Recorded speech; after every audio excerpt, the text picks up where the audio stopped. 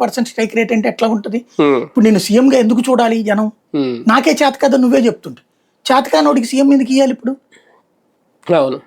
కాబట్టి నీ అంతటి నువ్వే కాదు, నీ సామాజిక వర్గం మొత్తానికి దెబ్బ కొట్టావు. ఇంకోటి అన్నిటికంటే దారుణం ఏంటి అంటే, ప్రత్యామ్నాయ రాజకీయం కోరుకునే మనస్తత్వం ఉన్నటువంటి ఆంధ్రులకి దెబ్బ కొట్టాడు ఆయన. ఒక జేపీని ఎందుకు ప్రోత్సహించారు జనం? ఒక చిరంజీవిని, ఒక బీజేపీని ఎందుకు ప్రోత్సహించారు జనం?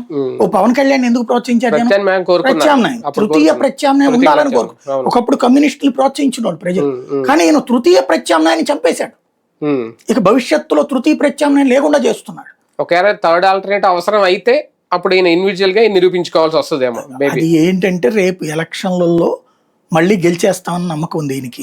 ఇప్పుడు నియోజకవర్గాలు పెరిగినాయి కదా, 263 దాకే వస్తాయి. వీళ్ళ గ్యారంటీ రేపు 50-60 సీట్లు ఇస్తారు. ఇప్పుడు క్రిందటిసారి ఇచ్చిన అదే రేషియోలు చూసుకుని 15%, ఇప్పుడు 1.5 ఇచ్చారు కదా, ఇప్పుడు ఎన్ని వచ్చినాయి? 21 వచ్చినాయి. రేపు మేబీ 35 అట్లా ఇస్తారు, 31, 32 ఇస్తారు పెరిగిన సీట్ల ప్రకారం. అట్లాగే పార్లమెంట్ సీట్ 2 ఇచ్చారు కదా, ఈ దఫా 3 ఇస్తారు. ఇట్లాగా కొన్ని వస్తాయి. కాబట్టి ముందుకెళ్దాంలే, మనం నిదానంగా సెటరేట్ చేసుకుంటే, మనం కింగ్ అవ్వడం కంటే కింగ్ మేకర్ అవ్వాలని కోరుకుంటున్నాడు ఆయన. ఫ్రమ్ ద బిగినింగ్ ఆయన కింగ్ మేకర్ అంటే ఇష్టం, కింగ్ అంటే కాదు. మన అదే అయ్యారు, తర్వాత కూడా అదే అవుతారేమో. రైట్, చూద్దాం. జనసేనలో అసంతృప్తి అయితే